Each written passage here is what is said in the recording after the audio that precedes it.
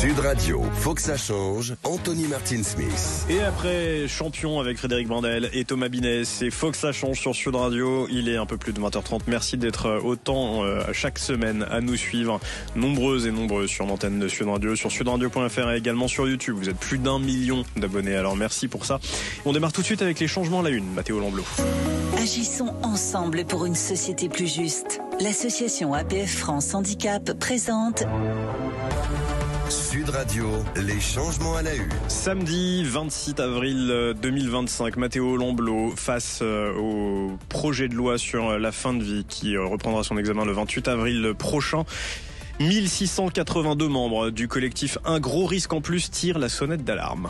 Oui, Anthony, c'était dans une tribune publiée cette semaine dans le Figaro. Ils alertent sur un risque majeur, celui de voir les plus vulnérables, notamment les personnes porteuses de déficiences intellectuelles, exposées à une pression euthanasique croissante.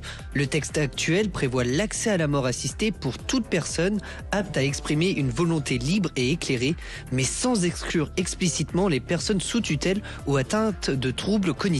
Il est vrai en plus que Catherine Vautrin était reçue par Jean-Jacques Bourdin mardi dernier justement à ce sujet. Oui, c'est justement un flou juridique lourd de conséquences selon les signataires de cette tribune.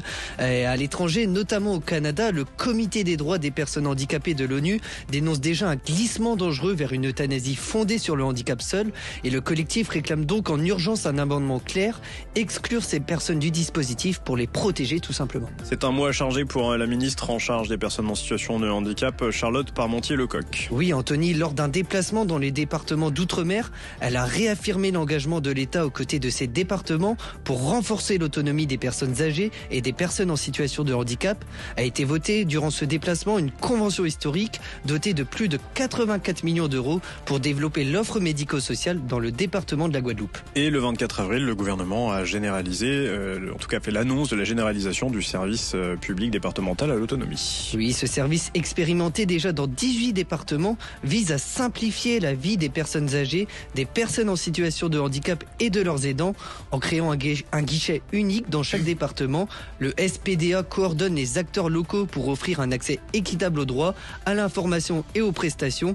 Et la ministre déléguée chargée de l'autonomie et du handicap souligne qu'il incarne une réponse concrète aux défis rencontrés par ces publics. Agissons ensemble pour une société plus juste. L'association APF France Handicap vous a présenté Sud Radio, les changements à la une.